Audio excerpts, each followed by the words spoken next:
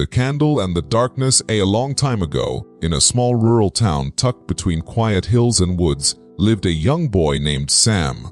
Life was simple. Folks worked hard, homes were modest, and when the sun went down, darkness fell hard and fast.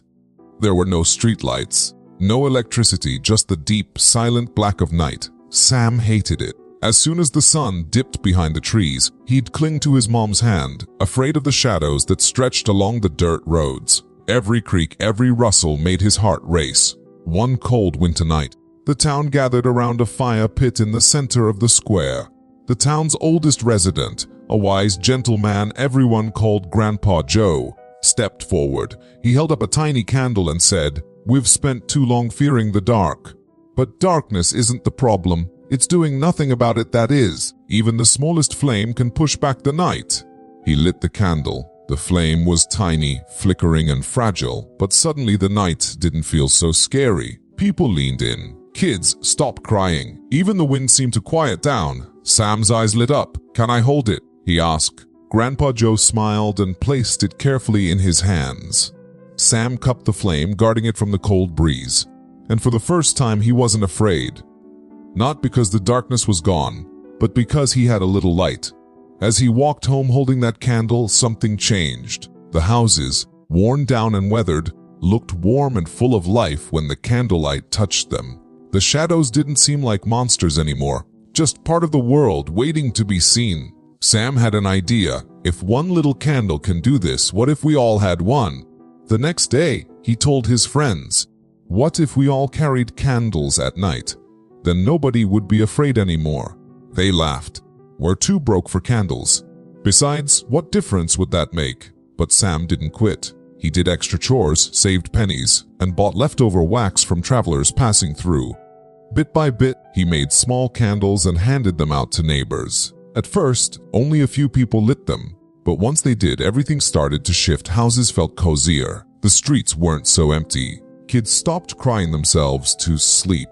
One light became 2, then 10, then dozens. Weeks went by, and soon, every house had a candle glowing in its window. From a distance, the town looked like a sea of stars, tiny but beautiful, each one doing its part. One night, a traveler drove into town and slowed his car. He got out and stared. "What is this place?"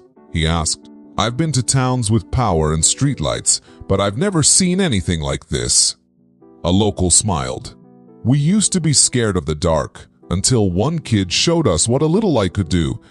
The traveler took that story with him. He told it in the next town. People there started lighting candles too. And then the next town, and the next.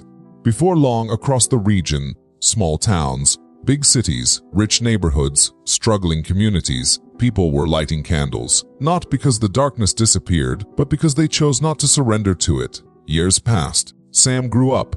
His hair turned gray, his hands rough from years of hard work. But his eyes never lost their spark.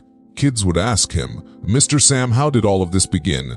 He'd smile and say, "I used to be scared of the dark too. Until I learned, you don't have to chase the dark away. You just have to light one candle. And when you do, others will find the courage to light theirs too." Here's the truth the candle teaches us.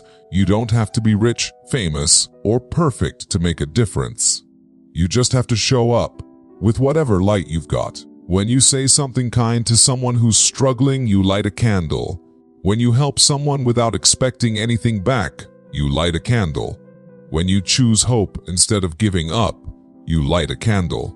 And when enough of us do that, the darkness doesn't stand a chance.